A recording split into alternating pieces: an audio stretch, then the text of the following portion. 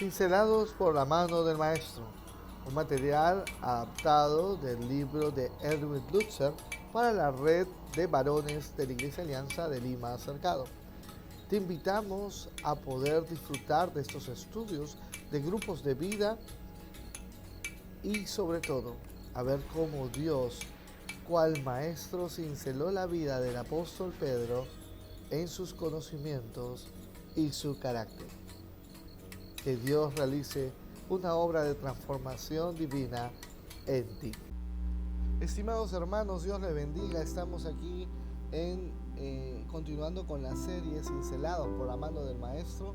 Y hoy entramos a la semana número 8, al tema número 8, titulado Del remordimiento a la restauración.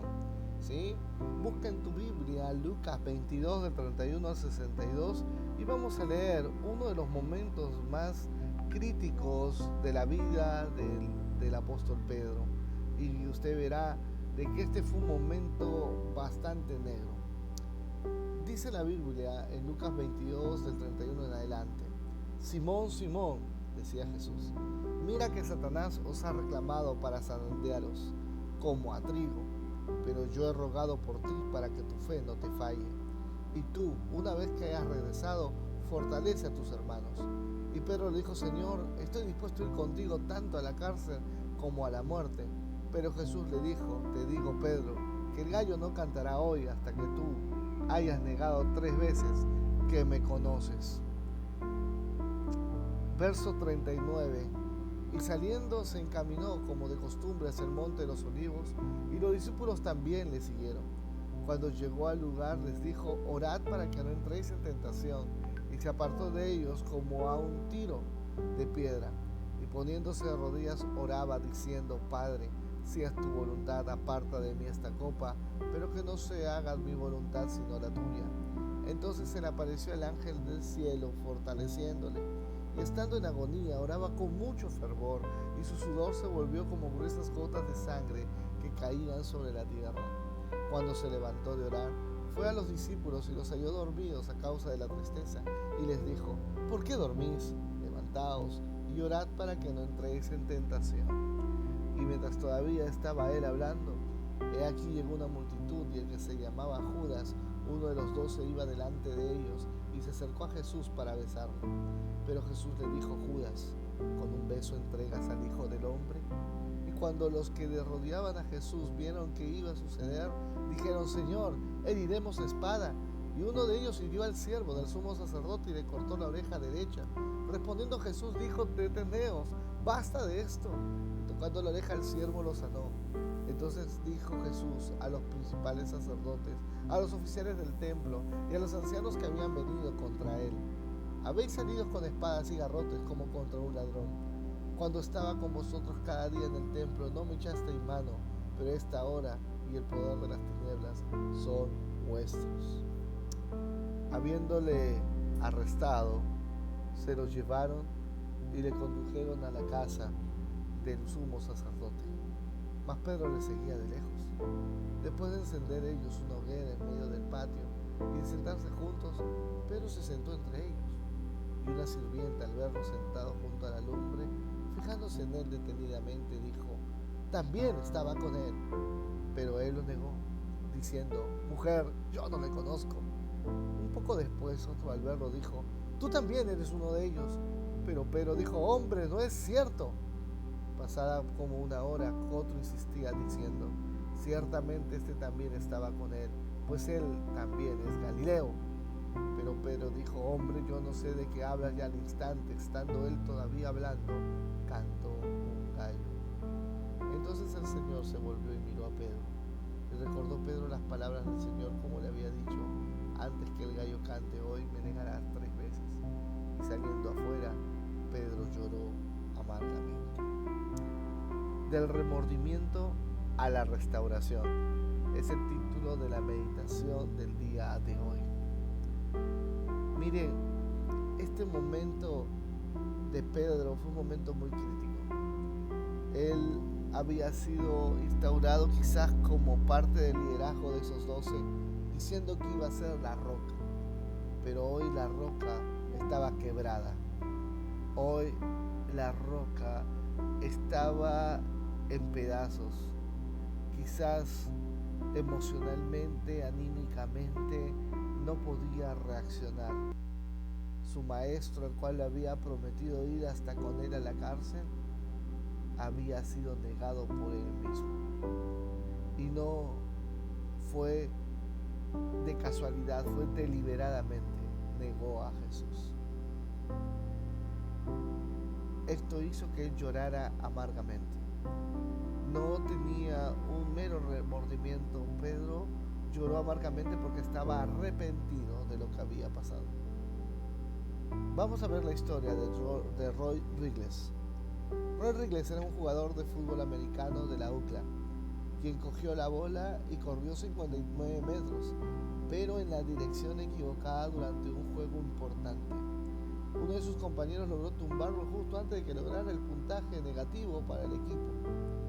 Debido a que esa jugada ocurrió en el primer tiempo, que la multitud se preguntaba qué haría el técnico Nips Price con Roy Rigles para la segunda mitad. Claro, lo obvio era que lo saque del juego. Sintiéndose humillado y llorando como un bebé, Rigles se colocó una cobija alrededor de los hombros, se sentó en un rincón con el rostro entre las manos. Cuando llegó el momento de regresar al campo, el técnico dijo: el mismo equipo que jugó el primer tiempo sale para el segundo. Rigles no se movió. El técnico repitió las instrucciones, pero el jugador, llorando, dijo: no lo puedo hacer, te he humillado, he arruinado a la universidad, me he arruinado a mí mismo, no podría enfrentar a la multitud en el estadio, soy una burla. Entonces el técnico Nips puso las manos sobre los hombros de Rigles y le dijo: Roy, párate, regresa, el juego va por la mitad solamente. Aquellos que vieron a Roy regresar al campo de juego aún no se pueden explicar cómo un jugador pudo mejorar y ser la sensación, pues de una forma impresionante lo vieron ganar el partido al final, haciendo el punto ganador. ¿Creemos que Dios nos da la segunda oportunidad para nuestras vidas? ¿Te acuerdas cuando te dijo: vuelve al campo, aún no terminar el juego? Dios restaura la vida de sus hijos. Cuando comenzamos a pensar en la restauración, podemos ver que mucha gente cae olvidándose de Dios, negando a Cristo, cae volviendo al pecado, y muchos de nosotros hemos estado por ese camino, en donde hemos fallado a Dios, en donde no hemos podido tener un comportamiento adecuado para mantener nuestra santidad delante de Él. Pero ahí es donde viene el Señor, que en su misericordia nos muestra su palabra, que en su misericordia nos dice: aún va por la mitad del camino el partido, vuelve a entrar, tienes una nueva oportunidad. Y en medio de esa segunda oportunidad ocurre algo llamado restauración. Dios comienza a limpiar lo sucio en nosotros y comienza a cincelar, aunque sea doloroso, para que seamos conforme a la plenitud y estatura de Cristo. Lo que Él anhela es arrepentimiento. Vamos a bosquejar un poco la lectura que hemos hecho y darle algunos alcances de referencias cruzadas para que usted pueda confirmar con la palabra de Dios que esto no es algo que ocurrió solo una sola vez. La Biblia nos habla mucho acerca de la restauración y lo vamos a estar viendo en esta clase. Primera enseñanza: Cristo intercede por nosotros. Versos 31-34. Cristo, sabiendo lo que iba a suceder entre Satanás y Pedro, dice que oró por él específicamente. La palabra en griego para os ha pedido está en plural, refiriéndose a todos los discípulos. Jesús puntualizó que había orado por Pedro porque era muy débil y tropezaba fácilmente con su propia percepción espiritual. ¿Cómo? Pedro, la roca, tropezar. Amado, recuerden que Jesús veía a Pedro como aquel Pedro ya afinado en su camino, pero había mucho que aprender todavía. ¿Por qué él era muy débil? Muéstrame a un hombre desdichado, emocionalmente vuelto pedazos, que clama a Dios en la agonía de su alma. Muéstrame también a una mujer que ha caído y está abatida por su pecado, que es inestable, incapaz de recuperar sus emociones, y yo te mostraré a una persona sobre la cual la gracia y la misericordia de Jesús descansan y puede restaurar. Al decir que Jesús es el intercesor, también podemos decir que es el abogado. Primera de Juan 2, del 1 al 6, nos habla de que Él se hizo propicio por nuestros pecados. Se pone como aquel abogado delante del Padre y nos defiende. Y cuando hablamos de propicio, viene algo que está en Romanos 3:23, que Él se hizo propiciación por nuestros pecados. Y esa palabra propiciación viene de propiciatorio. ¿Qué era el propiciatorio? Era la tapa del arca de la alianza. Ahí el sacerdote, una vez al año, hacía un sacrificio especial por los pecados del pueblo. Y la sangre del cordero que era sacrificado se esparcía por toda la tapa del propiciatorio, derramando la sangre y cubriendo toda la alianza. Es un simbolismo de lo que Jesús hizo en la cruz del Calvario. Toda su sangre por intercesión para que nosotros podamos ser justificados, hechos justos delante del Señor. Por eso Cristo es el que intercede. No hay otro a quien buscar. El segundo punto sería que Cristo nos comprende. Verso 34 dice: predijo Jesús el fracaso de Pedro, simplemente para comprobar su inocencia. Dios conoce nuestras debilidades y la extensión completa de nuestra propensión al pecado.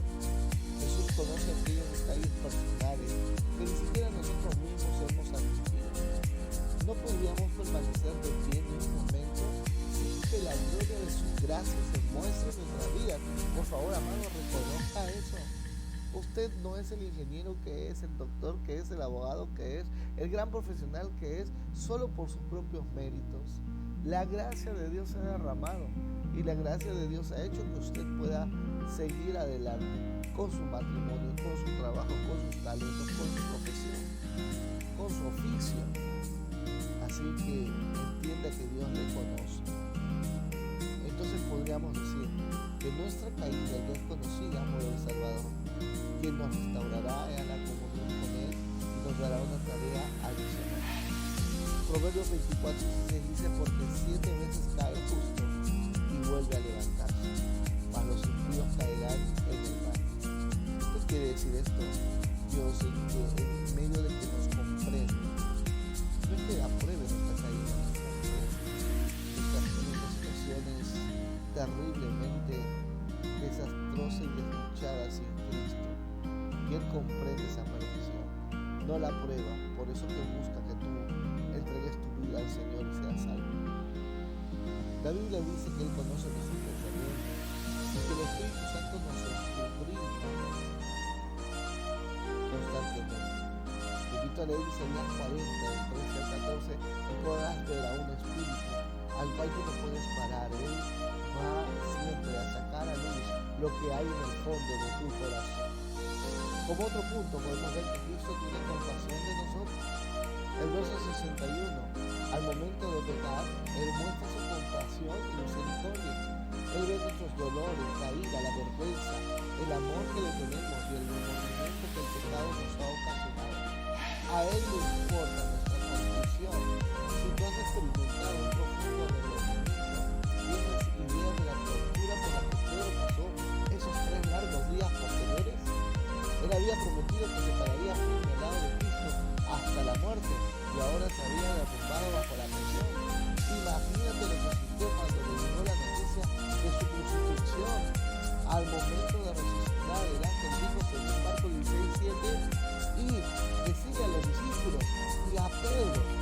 ¿Por qué dijo esto el ángel? Justamente esa mención extra para Pedro, porque Cristo sabía que él no recibía una invitación específica por nombre propio.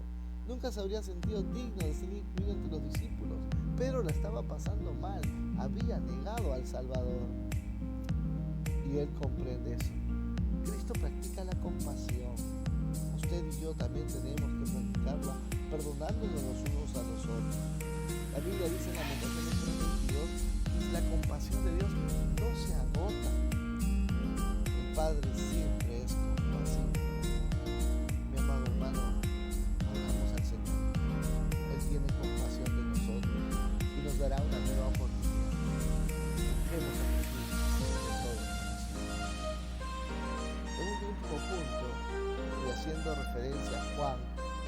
21, verso del 15 al 17, Jesús se vuelve a encontrar con Pedro, está en un momento donde está conversando con él. Jesús ya había resucitado y Pedro estaba con él. Y Jesús le hace la pregunta, tres veces pregunta, porque para restaurar las tres veces que Pedro negó. Pero en el último momento, Pedro se sintió triste, pensando que Jesús no le creía. Pero esa tristeza emocional pasa cuando Jesús le dice que era importante. Amado hermano, la Biblia dice que el pasado queda atrás y Dios restaura lo que pasó.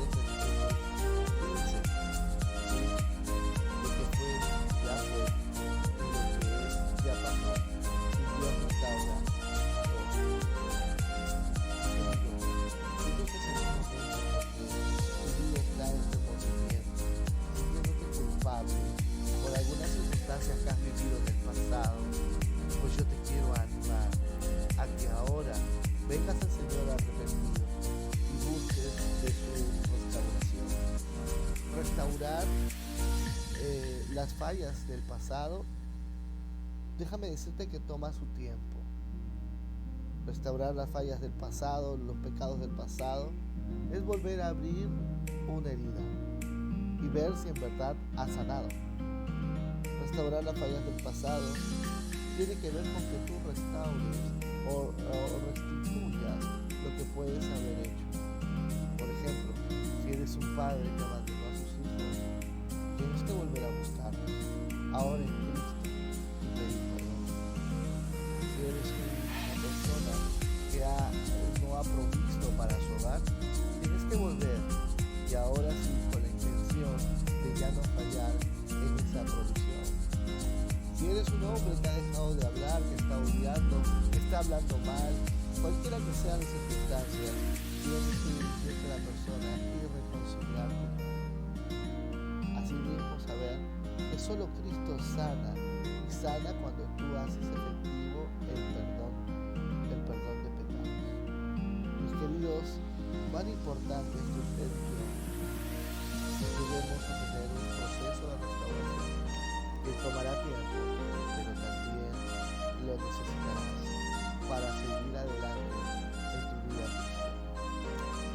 En nuestro material hay un punto llamado transformación.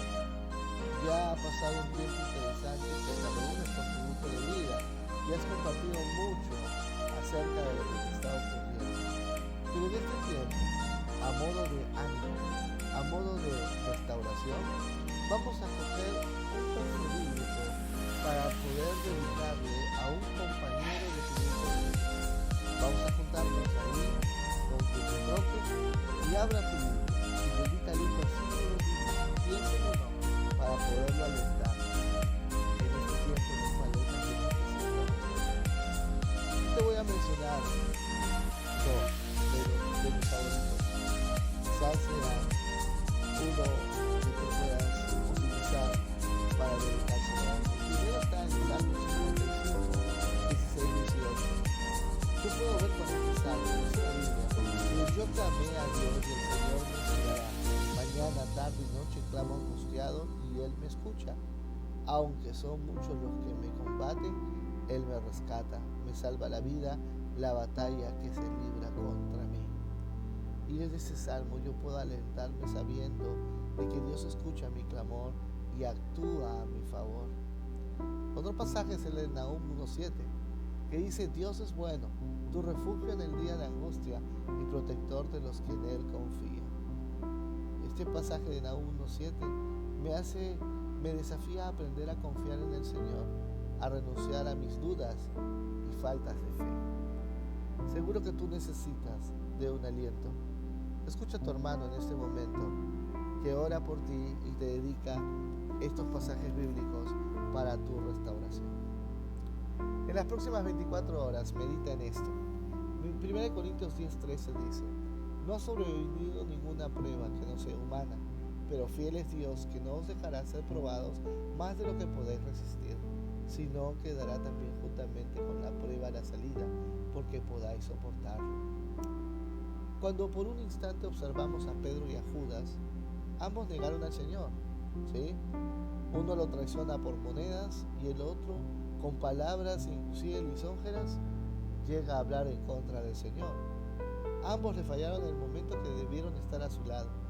Pudieron ser traicioneros inclusive, pero la diferencia de Pedro es que él se arrepintió y se humilló anhelando el perdón de Dios, llorando amargamente, mientras que Judas, en solo su remordimiento, quiso revertir las cosas humanamente devolviendo las monedas, pero no le resultó.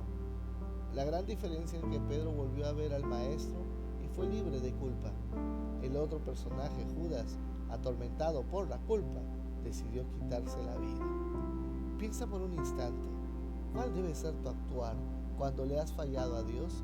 Él te da todas las fuerzas para no pecar, para no caer en la tentación. 1 Corintios 10:13 lo dice. Pero, ¿cuál será tu accionar si al final resbalas? Ven arrepentido. Que el remordimiento o volverte solo sentimental te puede hacer tropezar. Si te arrepientes, Cristo limpia tu vida. Vamos a orar para terminar.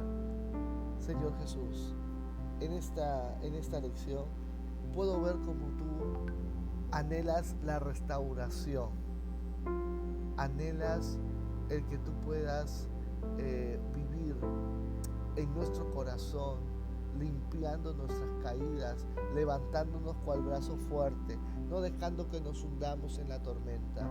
Señor, gracias.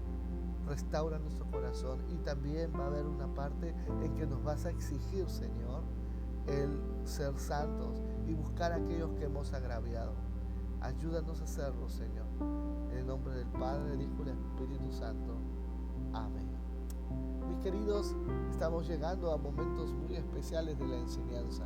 Tome mucha atención, comparta su grupo de vida y recuerde que Cristo le ama. Dios le restaure y nos vemos muy pronto. Chao.